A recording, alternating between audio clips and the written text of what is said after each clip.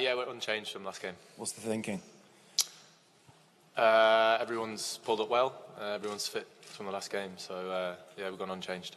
How much did that take out of your bowlers? Was anyone particularly stiff? What have been the conversations?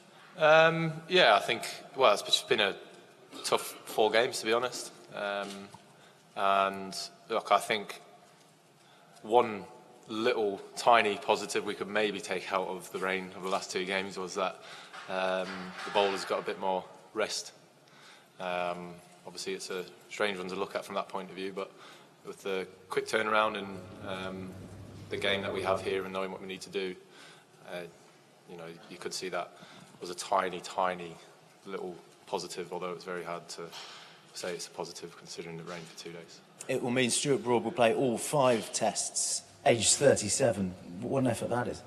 Yeah, amazing. It was always going to be hard for one bowler to play every game this series, but he's been incredible for us. He's put some obviously incredible performances throughout Test matches, but he's also been very good at coming on with the ball and changing the game on numerous amount of times, which is something he's done throughout his whole career. And yeah, being a leading wicket taker, it's very hard to look past someone like that. And as you said, at 37 years old, I think that testament to how much work and effort he puts in off the field to make sure that he can keep turning out on the field for England. And James Anderson turns 41 on Sunday. He said he wants to continue playing Test cricket beyond this series if you still want him. Do you still want him? Yeah. Why? Why? Yeah, why? How much longer do you think he can go? What's he offering you right now? He's not offering me a lot, as usual. No, he's quality, man. I think it's very hard for you guys to sit here and say he's not. Although he's not probably had the impact in the wickets he would have liked to in the series.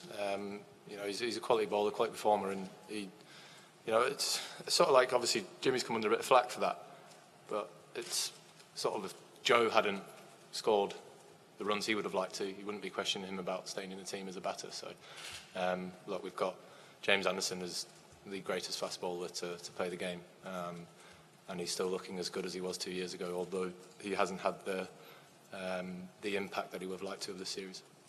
And what have you said to the guys post-Manchester to reinvigorate? Obviously there would have been a bit of deflation, but really focus the minds again as you go this last time and finish on a high? Well, to be honest, the more games we've played under me being captain, the less I've actually had to find myself saying. I think everyone's very aligned in terms of what we want to do, and I'm not someone who speaks for the sake of speaking. If I feel like I need to say something to the group to get them up or something like that, then I will, but I don't think I need to this week. It's pretty obvious what we need to go out and do. So yeah, I haven't actually addressed the team at all yet. I might do when we start the game, but I haven't needed to as of yet. Ben, apart from messing around with the music, what does Mark Wood bring to your team? Just messes around with music. Yeah. No, look, Woody. Can you hear me, Woody? No, he's shying away now. Yeah, he brings just amazing energy to the group. He's a very, very funny man. Always bouncing around, and he's someone who will just keep going and going and going. Even if he's sore, tired, whatever he is, he'll throw everything he has at the opposition whenever I throw him the ball. He's great to have around the team, and I mean, he is playing now, but even when he's not playing, he offers so much to the group. He's just a really, really, really good team man, and obviously his skill set with the ball is something that every team wants.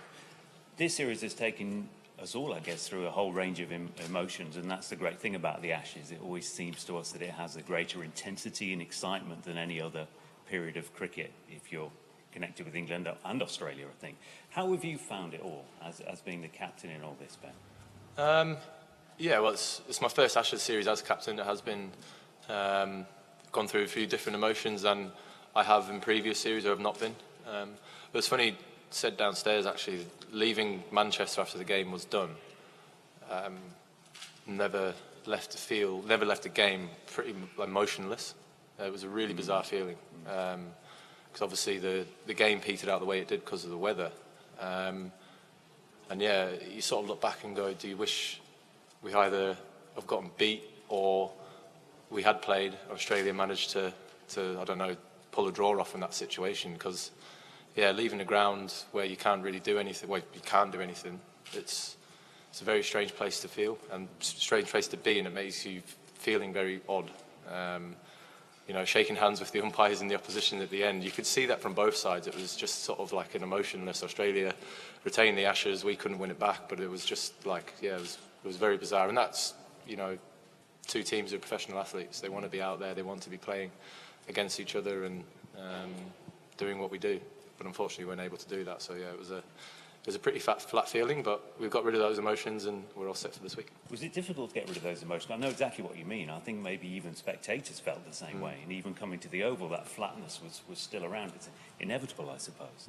So, I mean, from your perspective, what's the motivation to get you from that flatness to the point where we always see you in a match? Well, I was putting the shirt on, walking out, representing the country and leading this team out was all the emotion that I needed.